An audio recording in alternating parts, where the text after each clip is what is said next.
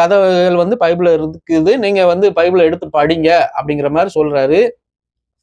அதே விஷயம்தான் ஒரு பைபிள்லயும் வந்து ஒரு குறிப்பிட்டு சொல்லுது. என்னன்னு பார்ப்போம். யோபு 1:2, லூக்கா 22:31 என்ன சொல்றாங்க அப்படின்னா, சாத்தான் தேவனுடைய வார்த்தையை கொண்டே பேசுவான். சாத்தான் தேவனுடைய வார்த்தையை கொண்டே பேசுவான்.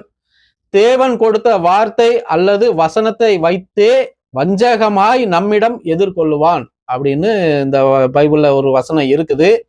இந்த இடத்துல நான் சாத்தான் யாருன்னு பெயர் சொல்ல விரும்பல. விஜய் அவர்கள் சொன்னார் இல்லையா, அரசன் அப்படின்ட்டு யாருன்னு நீங்க புரிஞ்சுக்கோங்க, தெரிஞ்சுக்கோங்கன்னு விஜய் அவர்கள் அந்த அரசன் யாருன்னு நீங்க தெரிஞ்சிடுங்கன்னு சொன்னார் இல்லையா. அப்போ இந்த பைபிள்ல அதே மாதிரியே ஒரு வசனம் இருக்குது. இதுல வந்து சாத்தான் தேவனுடைய வார்த்தை கொண்டே பேசுவான் அப்படின்னு இருக்குது. இதுல சாத்தான் யாருன்னு நீங்க புரிஞ்சுடுங்க. நம்ம சொல்லி அதுல பிரச்சனையை உண்டாக்க வேண்டாம்.